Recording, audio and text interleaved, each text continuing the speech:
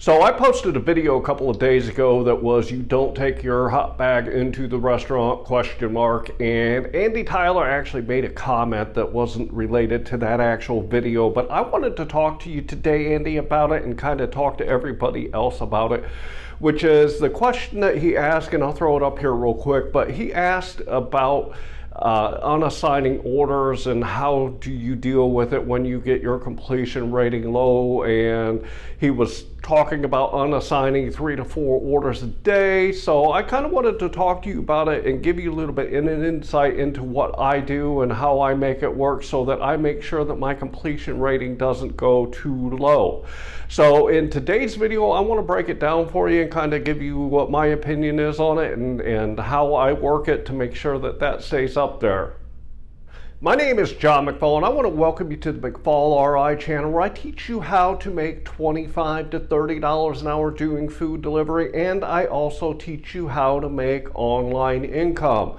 Today, it's an answer to one of our subscribers' questions, and Andy, I want to say thank you first off for asking the question. I always enjoy it when my subscribers ask me questions, so if you have any questions that you need answered, throw me a comment and I can get you the answer and kind of give you some guidance on what I think about it. So today we're going to talk about the question that Andy had, and I'm going to throw it up here on the screen so you guys can follow along with me, and then I'm going to read it so that we can see what he had to say.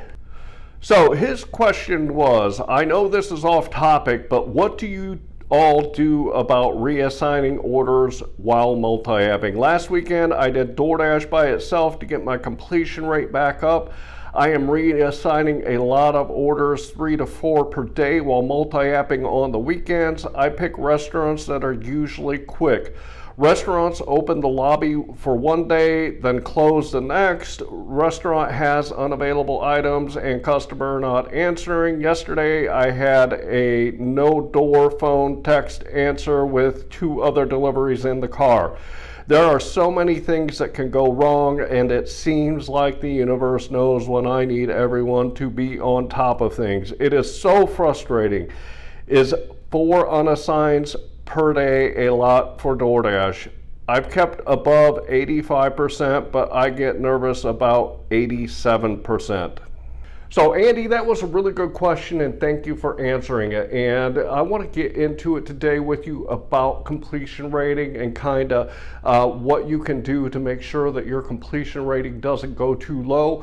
And for those of you that are new or those of you that don't know, with DoorDash specifically, the rule tends to be, if you listen to everybody else out here on YouTube, the rule seems to be that when you get around 80% completion rating, that's when the problems can start happening.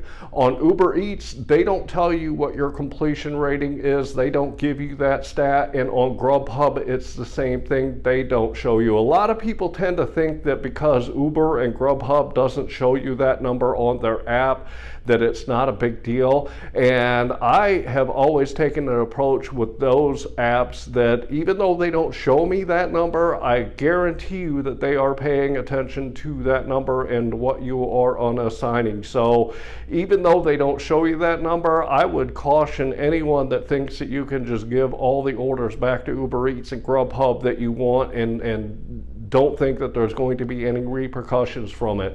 So this is just based on my experience, but Uber Eats and GrubHub, they don't show you stats on your platform like DoorDash does. DoorDash gives you a lot of information about what you do out there. So even though those two don't show you that specific number, I guarantee you that there are eyes on that number and people watching it. So I work in 2 different marketplaces right now, and one is Auburn, Indiana, and then the other one is Fort Wayne, Indiana. And the reason I bring that up is because one of the first things that you have to understand, Andy, is you have to understand the apps in a marketplace, and you have to understand how that marketplace works. And what I mean by this is when I go here to Auburn, when I'm up in that marketplace, the only app that that is consistently sending orders up there is DoorDash. I do turn on Uber Eats, but Uber Eats is really sporadic. And then when I go here to Fort Wayne, I turn on all three. And guess what? When I go down there, DoorDash is at the bottom of my list on the apps that I look at when it comes to getting orders, because they send me the most crap orders when I'm in that marketplace. GrubHub is number 1, and then Uber Eats is number 2, and then DoorDash is number 3. So what am I trying to say here? What I'm trying to say is you have got to understand what apps are the ones that you want to go to first when you get into your marketplace. Yes, it's a really good idea to multi-app. Yes, it's a really good idea to have all the apps on the same time. But Andy, if you're unassigning 3 to 4 orders in a day on DoorDash, you're looking at DoorDash too much, and you might want to start focusing a little bit more on the apps that provide you the better orders. When I'm in my marketplace here, Fort Wayne, I always turn on GrubHub first because they pay me the best dollars. They pay me the best dollars to mile, and they send me consistent orders when I'm working in that marketplace. I then look to Uber Eats. If GrubHub doesn't send me something, the next one I look at is Uber Eats. And Uber Eats, it used to be my cash cow here in Fort Wayne, but now they are not. They have stopped sending orders, and the orders that they do send me, about half of them are crap, just like DoorDash. So I turn on GrubHub first, I turn on Uber Eats next, and then if nothing else is coming on those 2 apps, then I go to DoorDash and take a look at it. So you need to really prioritize what apps you're grabbing orders on and what ones you look at first, and you really got to give yourself a little bit of a mental check and make sure that you are working the apps the right way. If you're going to DoorDash a lot and you're giving a lot of orders back, that means that your other apps are giving you orders that are good, and maybe you just aren't giving it enough time to get those orders onto your phone. The next thing that I do, because my completion rating on DoorDash typically sits between about 85 and 90% when I'm out doing food delivery on that platform.